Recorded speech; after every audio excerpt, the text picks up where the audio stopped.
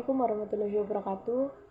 Bagaimana kabarnya semuanya? Semoga sehat selalu ya. Perkenalkan, nama saya Eka Mardiana Putri dari kelas animasi 1. Di sini saya akan menjelaskan bagaimana hikmah membaca Al-Quran. Jadi satu huruf membaca Al-Quran itu mempunyai 10 kebaikan. Apa dalilnya?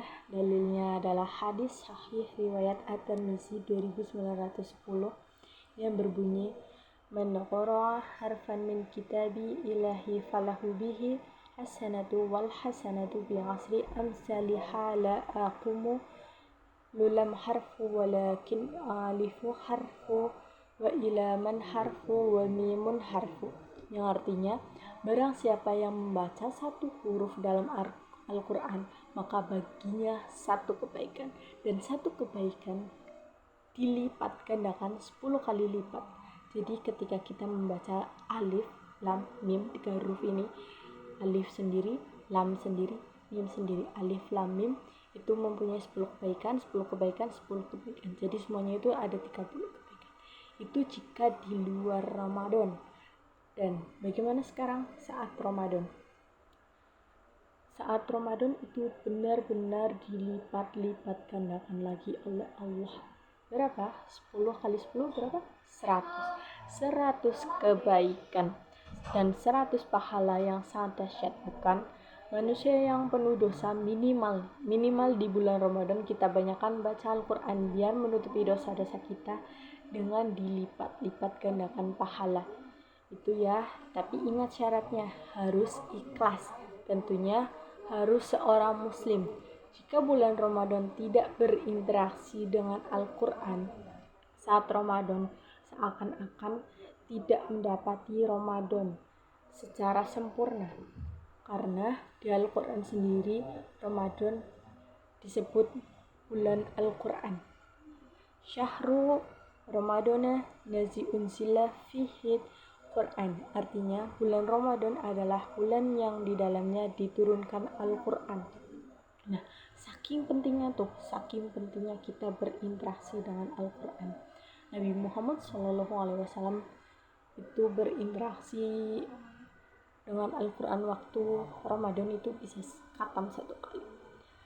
Walaupun dengan khatam 1 kali itu dahsyatnya dilipat-lipat gandakan pahalanya. Nah, Al-Quran, selain itu juga Al-Quran itu membuat jiwa lebih sehat, hati lebih tenang, fisik lebih kuat.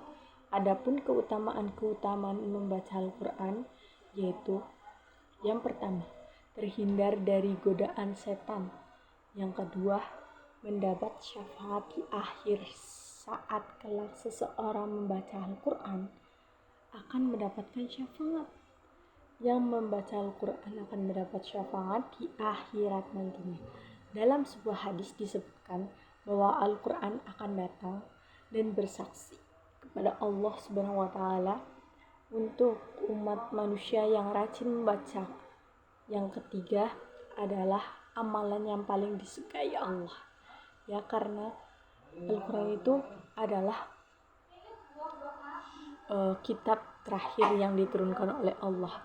Jadi, dan yang keempat adalah dimohon ampunkan oleh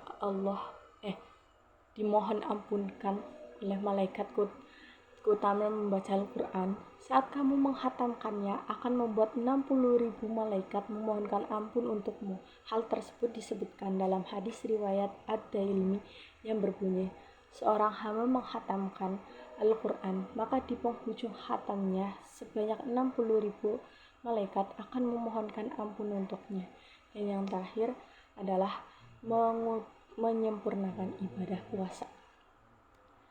Jadi bagaimana nih kalau kita baca Al-Quran tapi masih terbata-bata? Nah, ada hadis, yaitu hadis dari Aisyah radhiyallahu anha, Rasulullah SAW bersabda, "Inna minajri sabiki wa nafaqatiqi." Sesungguhnya pahala untukmu tergantung pada besarnya kerja kerasmu dan biaya yang kau keluarkan. Jadi bagi yang masih terbata-bata membacanya, itu justru ada 2 pahala, yaitu pahala membaca Al-Quran dan yang kedua adalah pahala kerja keras kita atau usaha kita dalam membaca Al-Quran tersebut. Jadi seperti itu. Oke, sekian dari saya. Wassalamualaikum warahmatullahi wabarakatuh.